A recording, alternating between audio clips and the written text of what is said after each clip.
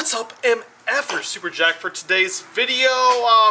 It's kind of like cleaning, it's like chores, but it's also a very, very good thing because we got a brand new toy, a way too expensive toy. It's actually in this box right here, and there's another box that's coming here in the next couple hours from the mailman. But I'm kind of taking today off because this is what it's like outside. I don't know if you can really feel that. No, you guys probably can't feel it through the camera lens. It's like 36 degrees and the wind's blowing 25 right now. So we're gonna get this guy installed on the boat. I'm gonna hold you in suspense until the end of the video to let you know what this is right here. But I have my first tournament of the year this year, and look at my damn boat. I just got back from California with Oliver. I don't even have my rods unpacked from my tube yet, let alone all this freaking disastrous. Oh, who put that there? We'll get rid of that. Anyways, this is like, I have way too much stuff. I need to get it put away. And I have a whole new storage system I'm gonna do that involves these guys right here that I just went out and bought those as well. So today's video is basically gonna be the new way I'm going to store a bunch of my baits to organize my boat in a much better fashion so it doesn't look like this anymore. I know this probably looks ridiculous to you guys, but this is kind of like the life of the traveling YouTuber fisherman that fishes in this boat, fishes in the bank, fishes in other people's boats, travels, packs stuff up, unpacks it, and yes, it's amazing, it's fun, it's a great time, but there's a lot of behind the scenes work that goes into it as well. Step one, we gotta get these rods out. The TSA apparently did in fact go through these and make sure there wasn't anything suspicious in my 8-foot rod tube. It's kind of the moment of truth because on the way there they broke one of my rods, and of course it had to be my nicest prototype unicorn 6 cents rod. Come on, in one piece. Whole family, all of us, all 7 of us, let's be in one piece. That one's good. That one's good. Good. And good. All right. You guys like my little redneck ingenuity? This used to be my 7.4 unicorn rod, but the tip got busted off on the way there, and so now we bit it down. It's about a 6'10" or 11" rod now. But hey, if you guys saw me fishing this rod right here, I caught those fish on that little tube-looking guy that Oliver gave me. It still worked. We may do it. I'm honestly still going to use this rod. It's not going to be available for a long time, but it's like deadly sensitive. So always good on the rods. Good start. All right, so step one of organization is going to be to figure out this whole situation. Actually, you know what? We got something else. This is step one. All right, we're in a lot better place now. We're doing good now. It's Friday, let's drink a beer. So here's my current dilemma. I used to store my plastics, like I told you guys, some of them in boxes, but the majority I put in these bags by type. So this is my worm bag right here, but the problem is, look at this damn thing. This has been in there for like 1.5 years, 2 years. Not only does it not zip, it's like completely falling apart and useless. This is my nicer bag, but it's tearing too, and the zipper's broken on it, so I'll probably hold on to him just for like the day bag stuff, the stuff I'm gonna use a lot more. But to alleviate this problem and keep that from happening, I'm going to just put them in these open Plano boxes right here. I'm gonna put my worms, my creatures, my craws in these guys. And as you can tell, it's not gonna hold near as much as these big bags right here, but I think that might be a good thing. I need to consolidate my tackle. I don't need to be carrying around 75 bags of worms on top of the other bags of, these are my Ned type worms right here. And then I also got another box or two full of worms, or 3, 4, I don't know, 4 more boxes full of worms that are in the boxes, they're out of the package. So we need to consolidate this, same with the craws, same with the creatures. So we're gonna take those, put them into these 3 guys right here. And we need to ooh, look at that secret stuff. We can't show that stuff. We're gonna need to consolidate these a little bit. Oliver gave me a bunch of this Defiant swim bait that he designed actually.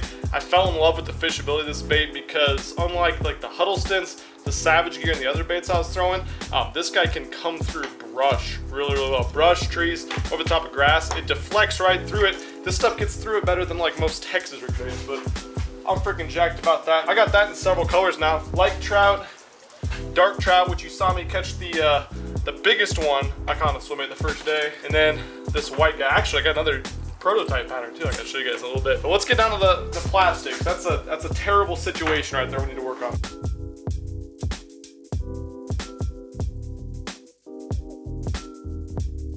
Okay, all done. We got crawls, creatures, and worms. As you guys can tell, it's rocket science. Like I showed you guys in my tack organization video last winter, I used duct tape and then I run the duct tape. It stays on better that way. I usually use white duct tape, but I couldn't find it. So we got regular silver duct tape, put it on the top, put it on the front. That way if it's sitting up in the boat like so, or like that, we're able to find them. Next thing, it's gonna take a hot minute. We're gonna take this box that I took to California that has like everything. It's got crankbaits, lipless, jerkbaits, jig heads, more cranks, deeper cranks, jigs, swim baits, and freaking swim jigs, frogs, swim baits, all sorts of random stuff. We're gonna take those and disperse them back into the boxes where they came from. It's this stuff's taking a while.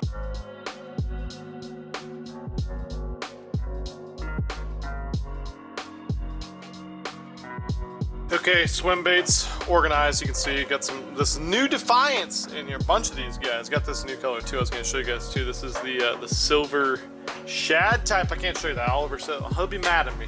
This time I'm gonna store my big baits though. These are my big soft swim baits, 8 inches and up, just flat across there. Tails don't get kinked that way. And then I got this new box for my my hard swim baits, kind of just the bare essentials. And this guy right here, but some of my hooks are starting to get a little rusty in the plastic box, the usual one. So I got this guy. It's got this this sexy liner action. Pow, air tightness. Things are progressing nicely. Ish. This is taking forever. If you guys have a boat, you understand how long this process takes. But plastics, hard baits, everything are all in their boxes at least. And so next step is to get everything back in the boat, start getting reels put on rods, and then I'm going to show you guys something that I'm going to install that's probably going to take until tomorrow because the mailman has not come with the second part of the package that we need. But let's get that all done. Now I did kind of gear this for the tournament this weekend. The water's going to be probably at the very highest 50 degrees, but likely in the 40s. Super cold front, everything. So anything that was top water didn't make the team here. It's on the shelf. Big creature baits, flutter spoons, stuff like that. Not a chance, didn't do that. So basically we're just kind of like our jig heads, flipping jigs, chatter baits, jerk baits, lipless, medium cranks, shallow cranks, terminal tackle, and then plastics and swim baits. That's about all we're going to need for the tournament, and some secret stuff too. We'll probably see those in the next couple days for the tournament. Let's get this all put away, get reels put on rods, then we can start working on tackle for the tournament. Alright, MFers, getting somewhere. This is taking so freaking long. But hey, the boat's gonna be like completely ready for the full-on bite, the pre-spawn phase, and most importantly, the tournament that I got coming up day after tomorrow. But I'll show you guys the super expensive addition to my boat that I just got in the mail. Actually, I only got half of it in the mail so far. And if you watched my series with Oliver out in California, it's probably gonna come as no surprise that I went out and I had to pick up this guy right here, the Garmin Pan Optics. This is the live scope that you guys saw on Oliver's boat. If you're not familiar with it, basically it's a live feed of what's actually happening on your... Here, let me just throw some footage in from when me and Oliver were using it to catch crappie, and how we panned the trolling motor to find the crappie, watched them come in and stalk our bait, and then manipulated our bait so they would bite. And you guys, I think, will understand why I decided to go out and pick this guy up. Yeah. Go back a little bit right. There you go. Where are you? Right there, 15 feet. I got one stalker. I got one Instagram creeper. Come on. Oh, we're going to drop into the zone too. Oh boy. Coming from the top. Coming from the top. They're converging. Good night. Oh, there it is. They're converging. The money shot. I saw you. I saw you. You thought you was sneaky, you weren't. All right, so hopefully that lets you guys know what the hell I was doing. So it comes with this box and then a transducer that goes in the trolling motor, and then of course we need a unit to run it. I run Humminbirds right now, 2 10-inch Humminbirds. So you're probably wondering what the hell you're doing with that. Well, I'm probably going to end up maybe switching to all Garmin. So I have no freaking idea. I was so impressed with it when I was out there.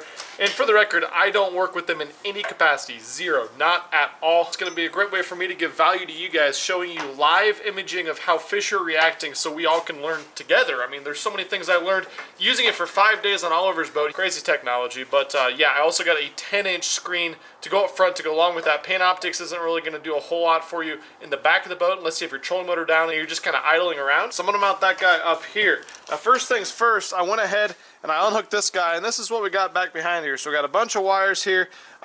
I'm not sure if the box is going to fit right there, but I might mount it right down here in this compartment, way up as high as it'll go. Then we're going to have to figure out when the monitor gets here, if it's going to fit in front of this Humminbird unit that goes right here, right down there. Probably not going to happen. So I think what we're going to do for now is just mount it on the carpet right up here. Then we also got to get back in here. I just pulled the fuse box up. Look how many freaking wires are in this thing these days. It's freaking insane. If this thing ever ends up working with me installing it by myself, it'll be a damn miracle. But let's give it a whirl.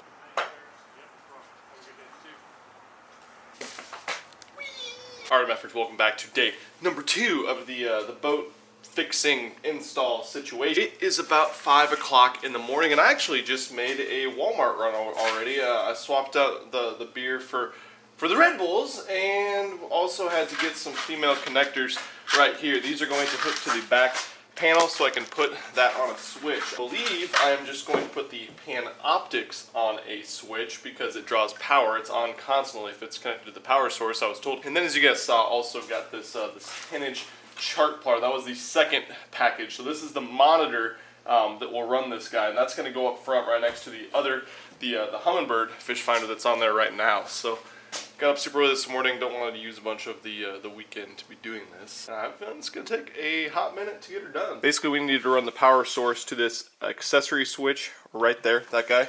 And then we got to run the negative to a ground that's right in there. And then we got to mount everything, and then we got to get going on installing this guy. I don't think I'm wiring this guy to a switch, the same switch. I think I'm just going to put him on the power that's up front, I think for the trolling motor.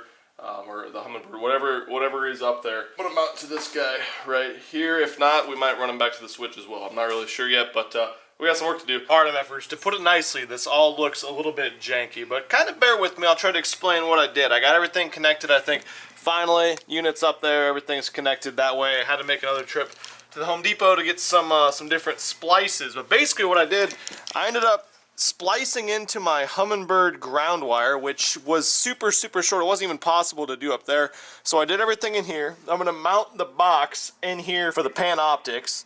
That's all connected to the ground wire that's up underneath that guy right there. And then we got power wires hooked together coming from both, going into the console and to the accessory switch right there is where we wired that guy.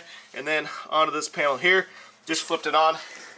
And it's time for the moment of truth. The first one, anyways, we still got to see if the pan optics is fired up, and then we're going to clean that whole situation up in there so it's a lot more tidy. Always good to check and make sure your wires are all done though, and everything's ran and you have power before you get everything locked down, tightened up, because then you got to just take it all apart again. So, moment of truth. See if this guy's got power.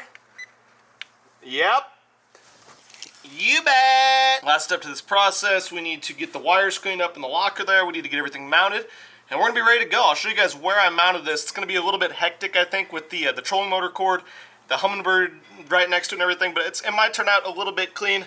It might be a pain in the ass. I'm not really sure. We might have to relocate it, but let's get everything cleaned up and then we'll be ready to go. Okay, Meffers, bit of a time-lapse situation. Well, let me tell you what happened. So I was up really late at night, up really early in the morning, and then I came back to work out at night, and I couldn't get it figured out because I couldn't get the head unit to connect to the pan optic. The pan optics box was giving me a flashing red light symbol, which meant that it had power, but it wasn't connected to the head unit. And I tried to update the head unit because I thought that was the issue by going on the Garmin website, downloading the update, putting it on this guy with a new card. I couldn't get it to read the card or anything, and I just got too frustrated. It was too late at night to even figure it out. Ended up just going to the tournament, fishing it, as you guys saw in the video a couple days ago. And hell, we won the damn tournament. We didn't even need this guy, luckily, to help us out or anything. Not to say it won't help us out in the future. And so to figure out how to connect it, I actually asked around the Garmin, I think it's the Facebook support group, and the play on there was to actually download the Garmin Active Captain app right here. I downloaded the app on that. I synced it with my my chart plotter, the 7410 right here, and everything worked super quick and easy. So if you purchase this, the live scope with the Garmin plotter, and you're having a hard time getting it to update and connect with the pan optics, definitely use that app. It was free, it was super easy, it worked super quick. And hey, now it's all done and it's all ready to go. So this is how we ended up getting everything mounted. So we have my Humminbird 10-inch unit right there. It looks kind of janky with the trolling motor up because that cable kind of sits right there on top of the Garmin guy. But it's mounted right there. So if you look down at it, It actually is pretty nice to use. I've used it a few times now. I've had it out.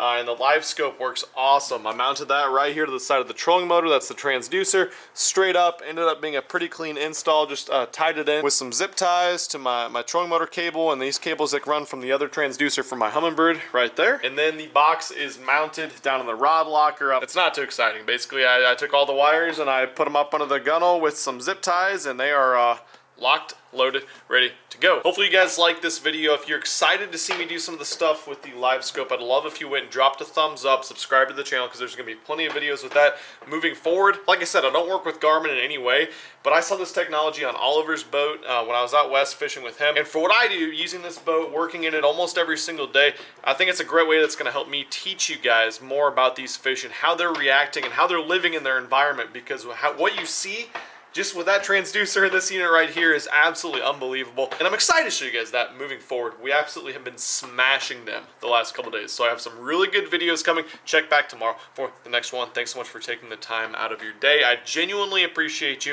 and I'll catch you very soon. I'm out of here. Peace. I'm not sorry. I can't help this love like mine. I'm not sorry. I can't stop with a love like mine.